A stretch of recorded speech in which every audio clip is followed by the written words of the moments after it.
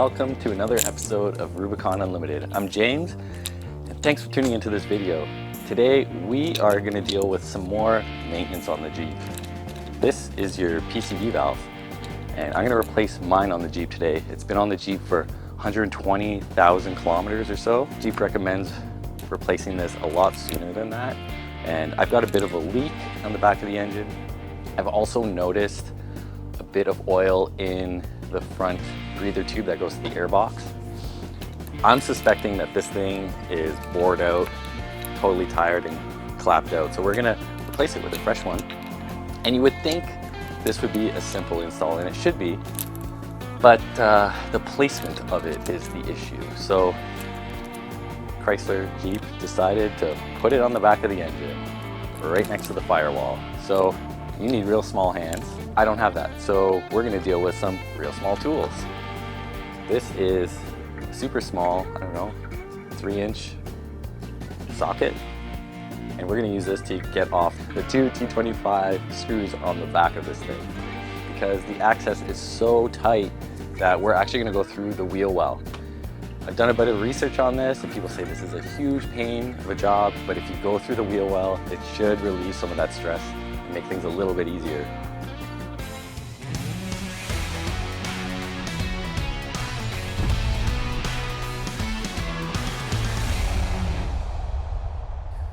So as always, I will leave a link below to show you where you can get one of these tools and where you can get the part, and just follow along, watch the struggle. Maybe we'll learn a few things together, and next time we have to replace one of these, it'll be a lot easier. All right, so first thing I'm gonna do, I'm gonna jack up the front of the Jeep, take off my passenger tire, and I'm gonna remove the fender well, the wheel well here. I have Bushwhacker flat fenders, so my process is gonna be slightly different, but there's a number of installs and uninstalls online showing you how to remove your stock fender liners.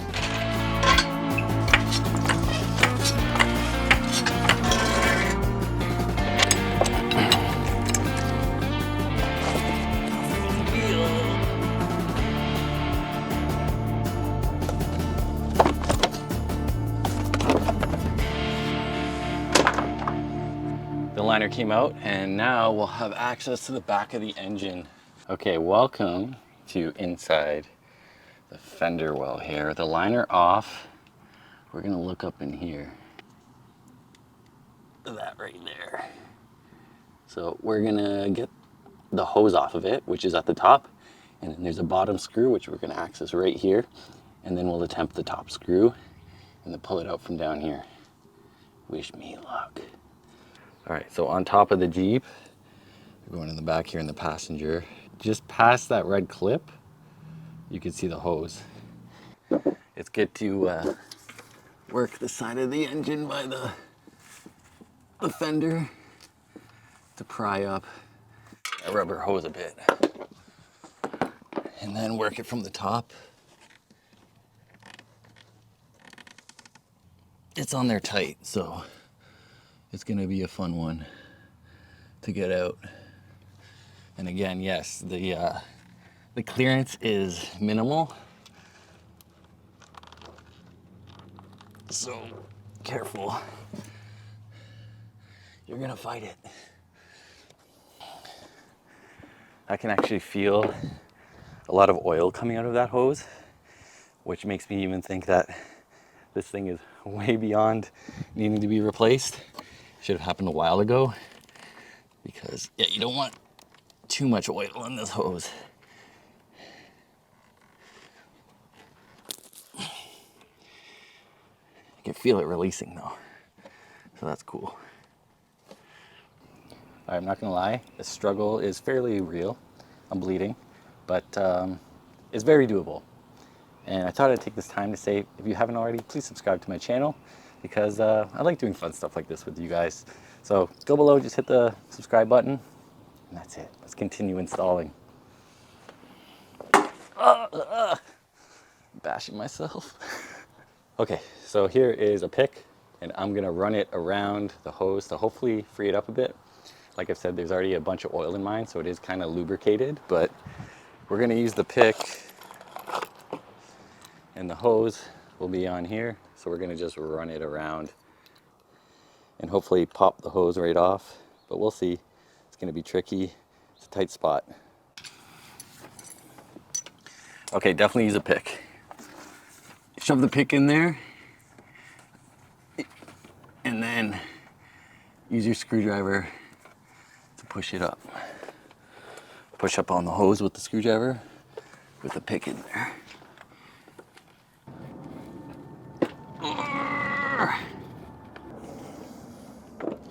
All right, I'm gonna yank on it up here.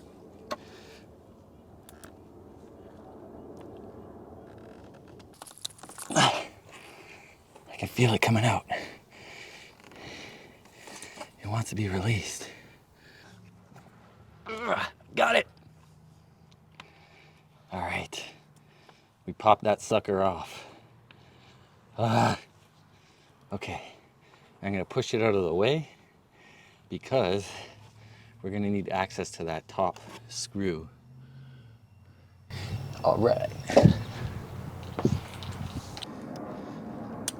Okay, so I got my T25 on this sucker in the back, and I've got my tiny socket wrench here.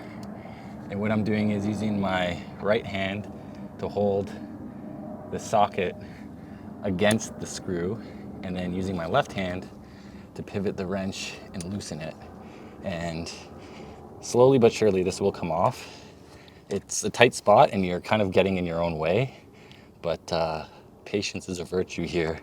You got to move that hose that we just released out of the way to access this top screw.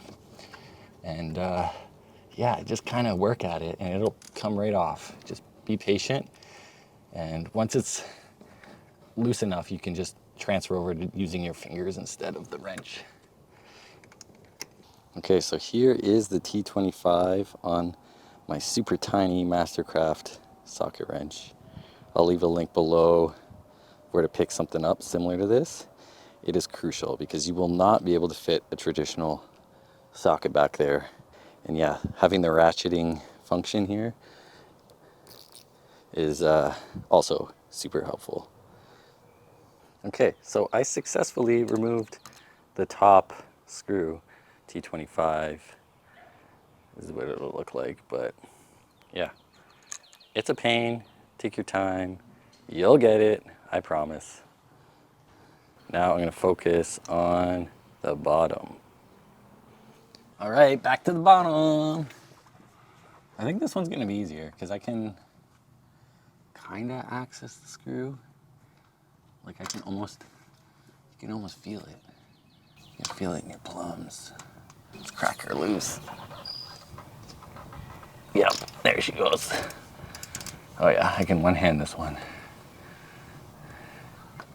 I'm not even use the ratchet anymore. I'm just kind of spinning her off. Give me 2 seconds here. Screw removal glory. Boom ting. And look, more oil on my fingers. Yeah, we got an issue with this this thing for sure. Now let's see if I can pop her out. It's coming out. Look at that. She's out. She still rattles, but she's wallowed out. She's been on the streets for a while, if you know what I mean. Look at that hole. Oh. Okay, we need to talk in the shade because it's hot out. This is the new one. I don't know if you can see that. It's looking nice. It's looking fresh. It's a newbie. It's fresh, okay? This is what I just pulled off the engine. See that? She worn out.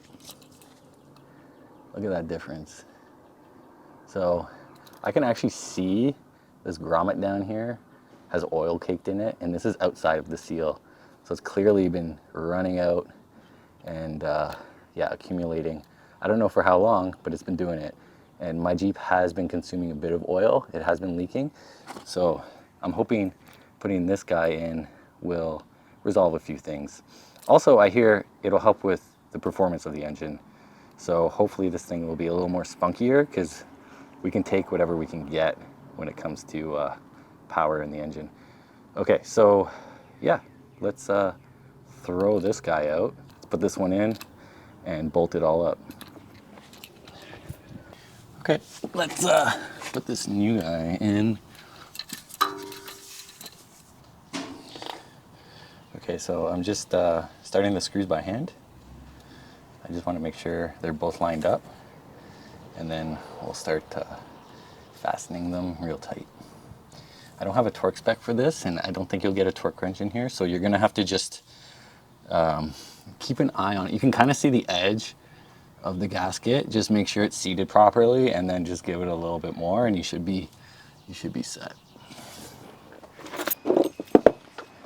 Okay, so all the screws are in. This is great. Make sure to install the screws in kind of like an alternating manner, because you do have that gasket in there. You don't want to reef down on the bottom one, that's super accessible, and then leave the top one for the end. You kind of want to go back and forth through the top to the bottom, and then finally just secure it up with a few more turns. Once that's done, you can now go on top and push down the rubber hose back onto the PCV valve, and we're good to go. Wow, okay, so that concludes another episode of Rubicon Unlimited. So we got the new PCV valve in. I'm pretty excited about that. It took a while, but finally happened. And I'm gonna monitor this thing. I'm gonna check to see if those hoses have oil in them still. I'm gonna see if this solved my leak issue. But I did hear that this will add some performance improvement, so that will be very welcome, and I will keep an eye on that as well. Again, thank you so much for watching. This was a fun one. It was a bloody one, it was a greasy one, but we got it in, and I really appreciate you guys watching. So if you haven't already, please hit the subscribe button, and we'll catch you in the next one.